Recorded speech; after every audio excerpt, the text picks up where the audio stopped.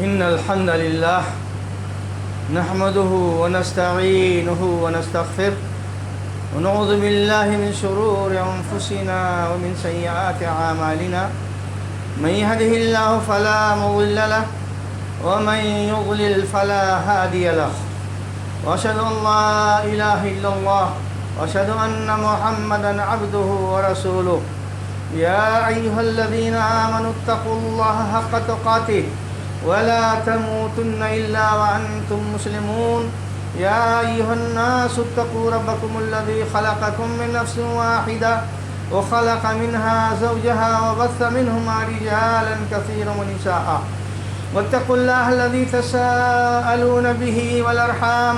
إن الله كان عليكم رقيبا يا أيها الذين آمنوا اتقوا الله وقولوا قولا سديدا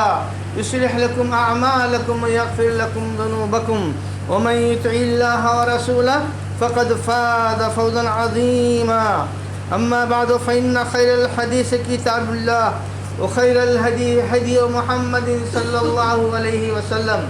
وشر الأمور محدثاتها وكل محدثة بدعة وكل بدعة ضلالة وكل ضلالة في النار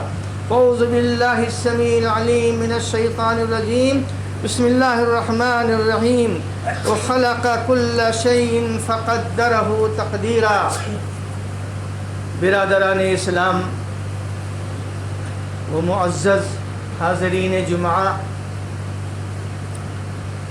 اس سے پہلے تقدیر پر ایمان سے متعلق جو گفتگو ہوئی ہے اس کا آج آخری سلسلہ ہے۔ سب سے اہم باتیں ایمان بالقدر کے تعلق سے جو ہم کو معلوم ہوئی وہ یہ ہے کہ تقدیر پر ایمان رکھنا یہ دین کے بنیادی اصولوں میں سے ہے۔ اس پر ایمان لائے بغیر کوئی بھی آدمی صاحب ایمان نہیں ہو سکتا، اور اس سلسلے میں اللہ رب العالمین کی جو ہدایتیں ہیں اور اللہ رب العالمین کی جو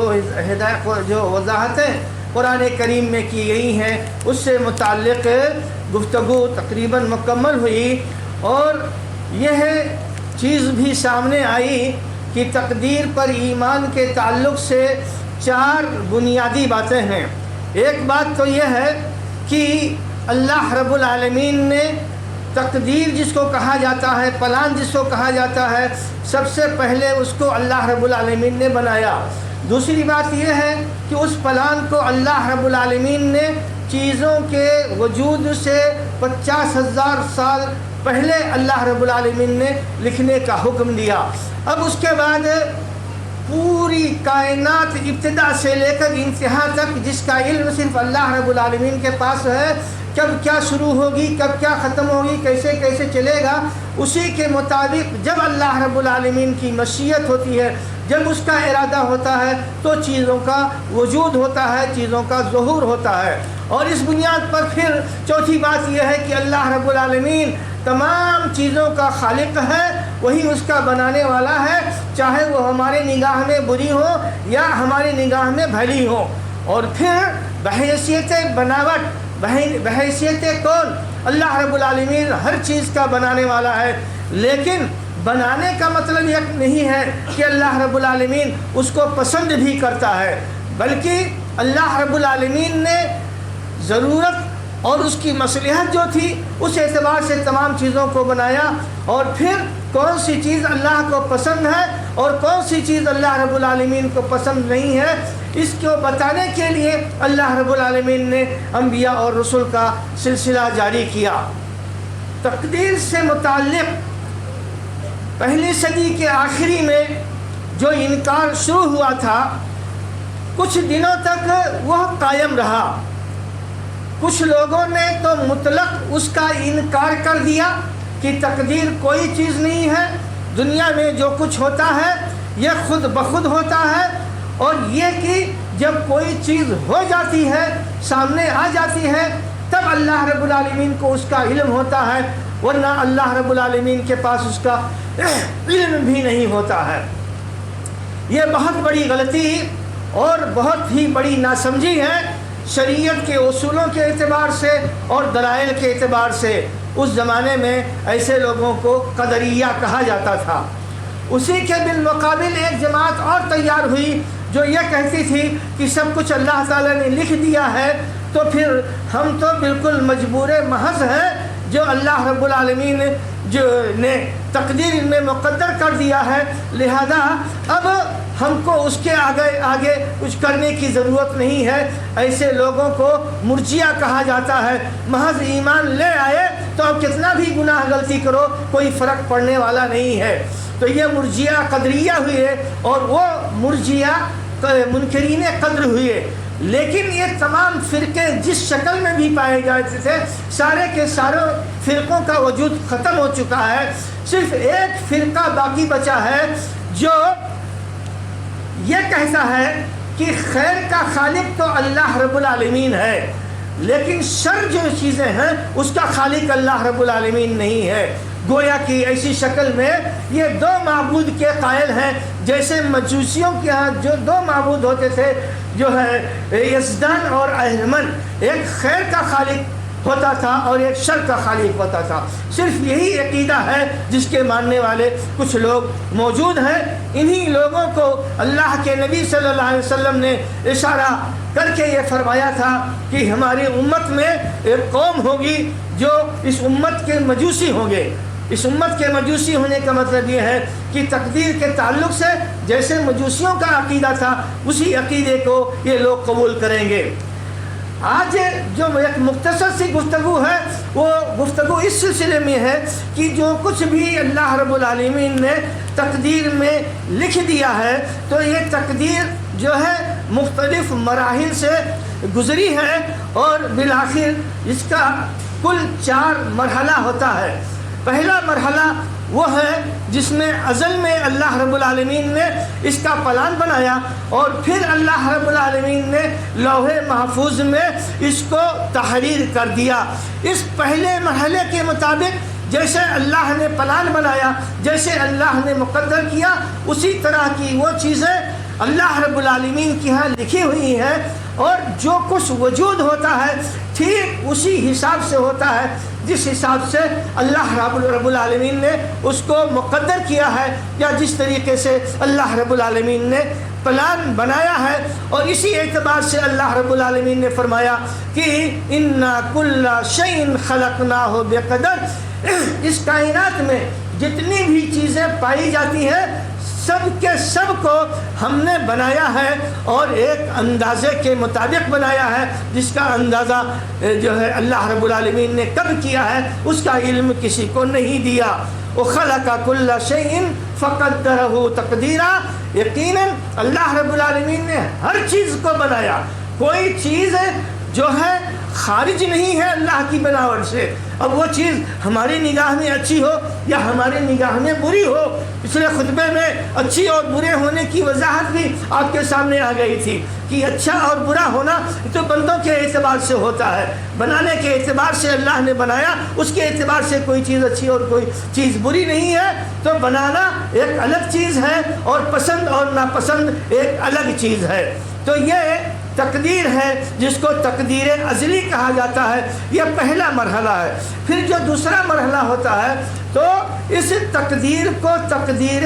عمری کہا جاتا ہے، سمجھانے کے لیے، بتانے کے لیے کوئی شرعی اصطلاح نہیں ہے، لیکن جیسے ہر فن کے کچھ علماء ہوتے ہیں، اس فن کے کچھ اصطلاح متعین کر لیتے ہیں تاکہ لوگوں کو بتانے میں، سمجھانے میں آسانی ہو، ایسے ہی جو ہے شریعت کے بھی جو علماء ہیں انہوں نے کچھ اصطلاح متعین کیا ہے، محض لوگوں کے بتانے کے لیے، دلائل کی روشنی میں انہوں نے استنباط کیا ہے۔ تو ایک تقدیر ہے جس کو تقدیر عمری کہا جاتا ہے۔ اس تقدیر کا مطلب یہ ہوتا ہے کہ اللہ رب العالمین کے اس تقدیر اور پلان کے مطابق جس چیز کے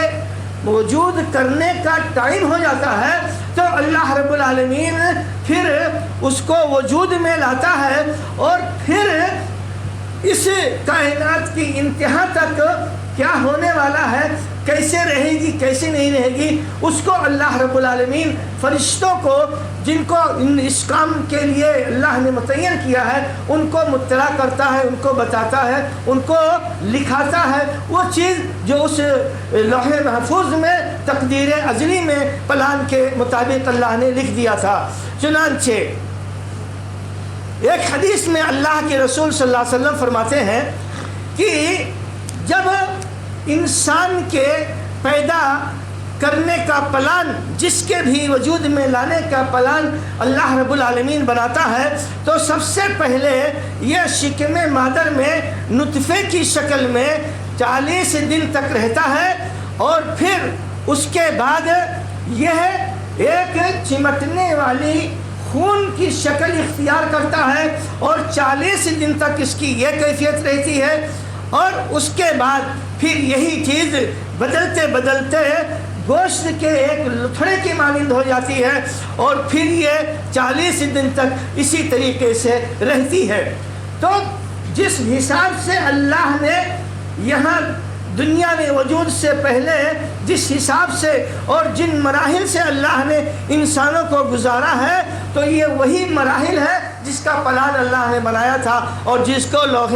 محفوظ میں اللہ نے تحریر کیا تھا۔ تو جب نطفہ قرار پاتا ہے تو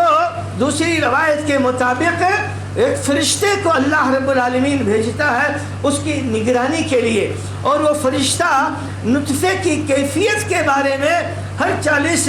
دن پر یہ کہتا ہے کہ اے اللہ رب العالمین، ابھی اس کی شکل نطفے کی ہے، اب اس کی شکل جو ہے علقہ کی ہو گئی ہے، اب اس کی شکل مضغہ کی ہو گئی ہے۔ تو اس طریقے سے حالانکہ اللہ رب العالمین کو ہر چیز کا علم ہے، کسی فرشتے کے بتانے کی ضرورت نہیں ہے، لیکن یہ اللہ رب العالمین کا ایک نظام ہے کہ فرشتہ جس کی ذمہ داری دی گئی ہے وہ اپنی ذمہ داری کو ادا کرنے کے لیے اللہ رب العالمین کے پاس یہ اطلاع پہنچاتا ہے۔ تو اس طریقے سے جب 120 دن اس پر گزر جاتا ہے اس کیفیت میں، تب اللہ رب العالمین پھر جو ہے اس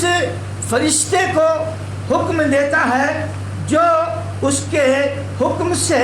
اس میں روح پھونکتا ہے، اور اس کے بعد اس روایت میں جو زید بن وہب رضی اللہ تعالیٰ عنہ کی روایت صحیح مسلم میں ہے، اس میں یہ ہے فَيَنفَخُ فِيهِ الرُّوحُ، پھر اللہ تعالیٰ فرشتہ بھیجتا ہے جو اس جو ہے گوشت کا جو لتھڑا ہوتا ہے اور اس کی کیفیت جو بدلتی ہے شکل کے اعتبار سے اور وہ تیار ہوتا ہے، تب اللہ رب العالمین اس میں روح پھونکنے کا حکم دیتا ہے۔ اب جو روح اللہ رب العالمین جو ہے جس کے پھونکنے کا حکم دیتا ہے، تو اس کے بعد گویا کہ اس کے اندر جان آ جاتی ہے۔ اب اسی کے ساتھ ساتھ اللہ رب العالمین 4 چیزوں کے لکھنے کا حکم دیتا ہے۔ اب یہ حکم دیتا ہے، یہ وہ 4 چیزیں ہیں جس کو یہ انسان اپنی دنیا میں اس کے مطابق رہے گا اور اس کے حساب سے کرے گا۔ تو فرمایا کہ وہ یؤمر بِأَرْبَعِ کَلِمَاتٍ، 4 باتوں کا حکم اس کو دیا جاتا ہے۔ کیا؟ بِكَتْبِ رِزْقِهِ، اس کے روزی کو لکھ دو کہ اس دنیا میں اس کی روزی کیا ہوگی، کیسے ملے گی اور کس شکل میں اس کو ملے گی۔ وہ اجلہ، اور اس کی مدت حیات لکھ دو، دنیا میں کتنا دن زندہ رہے گا، کتنے سیکنڈ اور کتنے منٹ زندہ رہے گا، اس کی وفات کب ہوگی، کس کیفیت میں ہوگی، آخری تک جو کچھ ہونے والا ہے۔ تو اس چیزوں کو موت کے انسان کے زندگی کے تعلق سے تحریر کرنے کا حکم دیا جاتا ہے۔ تو اس طریقے سے انسان کی روزی لکھ دی جاتی ہے اور انسان کی زندگی لکھ دی جاتی ہے، وہ عملہ، اور انسان دنیا میں کیا اچھا اور کیا برا کرے گا، کس طریقے سے زندگی گزارے گا، اس کا عمل لکھ دیا جاتا ہے۔ اور اسی طریقے سے وہ شقی اور سعید، یہ نیک بخت رہے گا یا خوش بخت رہے گا، تو اس کو بھی لکھنے کا حکم دیا جاتا ہے۔ چنانچہ یہ چیزیں جو لکھی جاتی ہیں یہ اسی تقدیر ازلی سے محفوظ ہیں جو لوح محفوظ میں موجود ہیں، اور یہاں آ کر کے اب اس فرشتے کو حکم دیا جاتا ہے تو وہ فرشتہ ان چیزوں کو لکھ لیتا ہے۔ یہ تقدیر عمری ہے کیونکہ اس کے زندگی بھر کے کام کا یہ اہم اور بنیادی خاکہ اور پلان ہے۔ دوسری روایت میں جو ہے تو اس میں بعض چیزوں کا اور اضافہ آیا ہوا ہے کہ جب اللہ رب العالمین اس بندے کو روح پھونکنا چاہتا ہے وجود میں لانے کے لیے، جان ڈالنے کے لیے، تو پھر اللہ رب العالمین جو ہے تحریر کرنے کا ان چیزوں کا حکم دیتا ہے، جس کا تذکرہ ابھی گزرا اور آگے ہے اذکر او انثی، کہ یہ مرد رہے گا یا عورت رہے گی، یعنی مذکر ہوگا یا مؤنث ہوگا، نر ہوگا یا مادہ ہوگا، اور اسوی او غیر سوی، کیا یہ ناقص پیدا ہوگا یا کامل پیدا ہوگا، اس بات کو بھی لکھا دیا جاتا ہے۔ اور ایسے ہی ما خلقہ، اس کے اخلاق کیسے ہوں گے یہ لکھا دیا جاتا ہے، اور اس کے وفات کے بعد اس کے جو آثار ہوں گے وہ کیا کیا اچھی چیزیں یا کیا کیا بری چیزیں چھوڑ کر جائے گا۔ یہ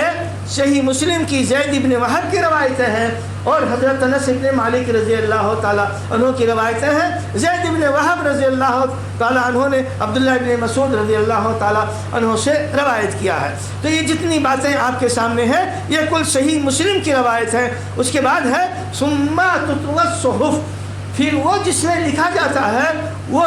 لپیٹ دیا جاتا ہے، اور وہ فرشتہ اب جو ہے لکھنے والا اپنے ہاتھ میں لے لیتا ہے۔ اور بعض روایتوں میں ایسا آتا ہے کہ ثم یخرج الملک بالصحیفہ فی یدہ، پھر یہ فرشتہ صحیفے کے لوگ اپنے ہاتھ میں لے کر کے چلا آتا ہے لکھنے والا،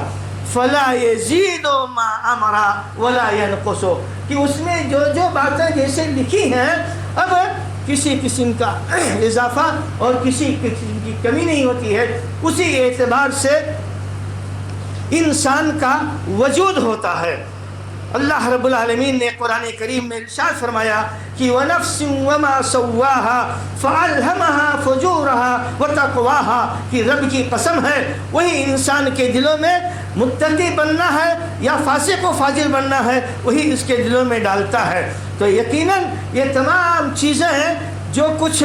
انسان کو کرنا ہے، جو روزی ہے، جو زندگی ہے، کل خلاصہ یہاں پر اس کو لکھا دیا جاتا ہے۔ اسی کو اصطلاح میں تقدیر عمری کہا جاتا ہے۔ اور اس کے علاوہ ایک تقدیر کا مرحلہ اور ہے جس کو تقدیر سنوی کہا جاتا ہے،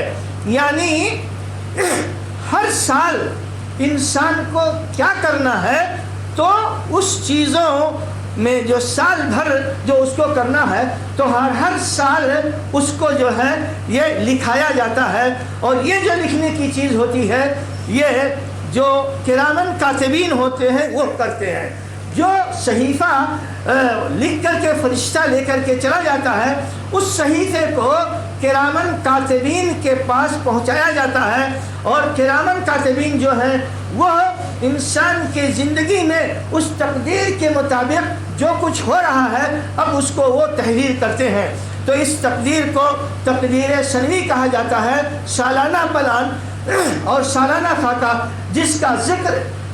اللہ رب العالمین نے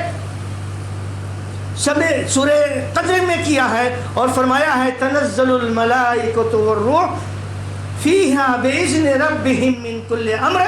کہ اس رات کو لیلۃ القدر کو روح جبریل علیہ السلام اور فرشتے اللہ کا امر لے کر کے آتے ہیں، اور یہ امر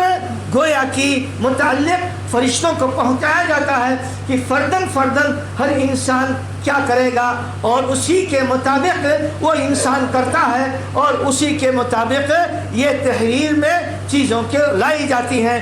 فیہا یفرق کل امر حکیم، دوسری صورت میں دوسری آیت میں اللہ نے فرمایا فیہا یفرق کل امر حکیم امرا من عندنا، کہ اس رات ہر مضبوط کام کا فیصلہ اللہ رب العالمین کی جانب سے ہوتا ہے اور ہماری طرف سے یہ حکم صادر ہوتا ہے. چنانچہ یہ سالانہ پلان ہوتا ہے، سالانہ خاکہ ہوتا ہے جو متعلق فرشتوں کو دیا جاتا ہے. ابن عباس رضی اللہ تعالیٰ عنہ فرماتے ہیں کہ کہتے ہیں کہ اس سال میں جو کچھ ہونے والا ہے تو شب قدر میں ان چیزوں کو لکھوایا جاتا ہے اور یہ تحریر کرامن کاتبین کے پاس پھر جو ہے پہنچائی جاتی ہے. تو اس طریقے سے یہ وہ تقدیر ہے جس کو تقدیر سنوی کہا جاتا ہے، سال کا پلان. اور پھر ایک تقدیر ہے تقدیر یومی، روزانہ جو کچھ انسان کرتا ہے ان چیزوں کی تحریر ہوتی ہے اور یہ جن کو بندوں کا اعمال کہا جاتا ہے اللہ رب العالمین کے یہاں صبح اور شام یہ اعمال پیش کیے جاتے ہیں. تو جو کچھ انسان یومیہ کرتا ہے یہ سب اسی تقدیر کے مطابق ہوتا ہے، البتہ اس کی تحریر یہاں یومیہ والے کام میں ہوتا ہے. اور اس طریقے سے یہ لکھنے کا کام جو ہے یہ اللہ رب العالمین نے مختلف جگہوں پر اور مختلف حساب سے کرانے کا انتظام کیا ہے. یقیناً یہ تقدیر جس کو تقدیر یومی کہا جاتا ہے اس کے بارے میں قرآن کریم کی آیت ہے وَإِنَّا عَلَيْكُمْ لَحَافِظِينَ كِرَامًا كَاتِبِينَ يَعْلَمُونَ مَا تَفْعَلُونَ. وہ تو پہلے سے ہی جانتے ہیں کہ تم کو کیا کیا کرنا ہے. چنانچہ یہ چیزیں ہوتی رہتی ہیں. اب ایک جو ہے مخلوق کے ساتھ کس کے ساتھ کیا ہونا ہے کیا نہیں ہونا ہے اور یہی چیزیں اللہ کے حکم سے ہوتی رہتی ہیں جس کے بارے میں اللہ رب العالمین نے فرمایا کل یوم ہوا فی شان، کہ ہر دن اللہ رب العالمین کا ایک شان ہوتا ہے. اللہ رب العالمین کی قدرت کی ایک حالت ہوتی ہے اور اس طریقے سے یہ دنیا اور یہ نظام جو اللہ نے کائنات کے لیے بنایا ہے یہ نظام اس حساب سے چلتا رہتا ہے. تو نظام تو سب چلتا رہے گا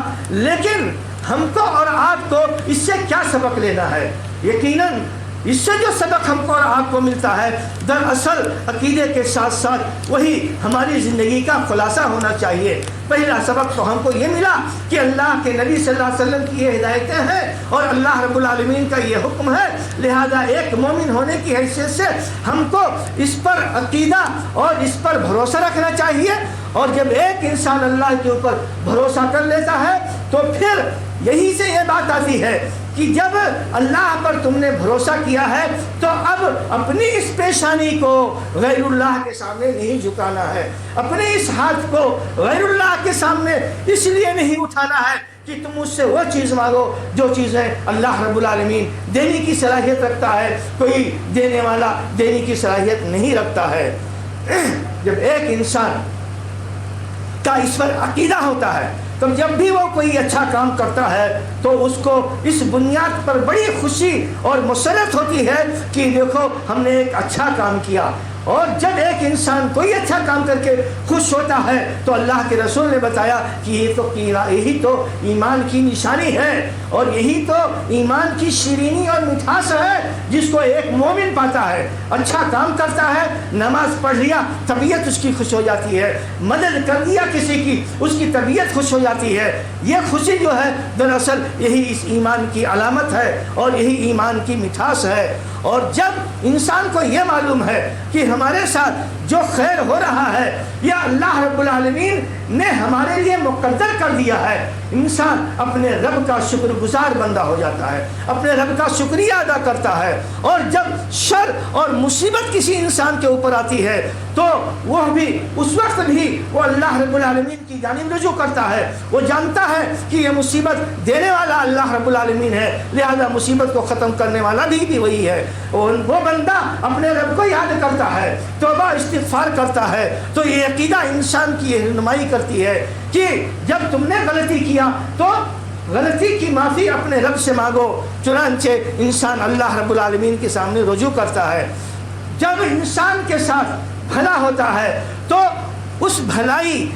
کو جو اللہ رب العالمین بندے کو دیتا ہے تو اس کی وجہ سے اس کو یہ کبر و غرور نہیں ہوتا ہے کہ یہ تو میرا کمایا ہوا ہے، یہ تو میرے باپ دادا سے مجھ کو ملا ہے، یہ تو میں نے کمایا ہے. وہ اس کے دل میں یہی بات رہتی ہے کہ میرا اس میں کیا ہے، یہ تو میرے رب نے مجھ کو دیا ہے. تو اس کے زبان سے شکریہ کے کلمات نکلتے ہیں اور اس کے دل میں کبر و غرور نہیں پیدا ہوتا ہے۔ اسی طریقے سے جب بھی کوئی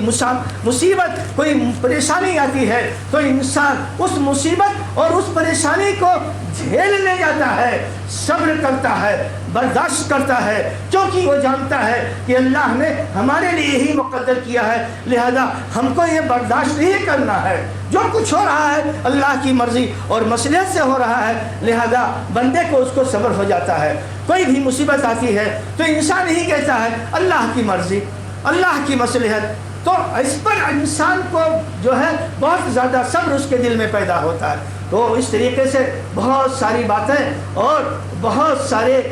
نتیجے اور بہت سارے فائدے ہوتے ہیں ایمان، جو ایمانیات پر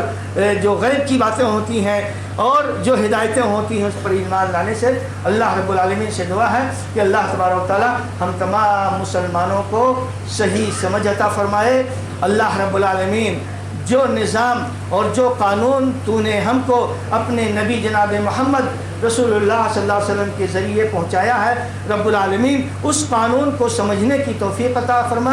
رب العالمین جو تیری مرضی اور جو تیری پسند ہے اس کام کے کرنے کی توفیق عطا فرما۔ اللہ رب العالمین ہمارے ہر قسم کے گناہوں اور غلطیوں کو معاف فرما دے۔ رب العالمین جب تک ہم اس دنیا میں زندہ رہیں، دین اسلام پر زندہ رہیں اور ہمارا خاتمہ ہو ایمان پر ہو، آمین یا رب العالمین۔ اقول قولی ھذا واستغفر اللہ لی ولکم ولسائر المسلمین من کل ذنب فاستغفروہ انہ هو الغفور الرحیم۔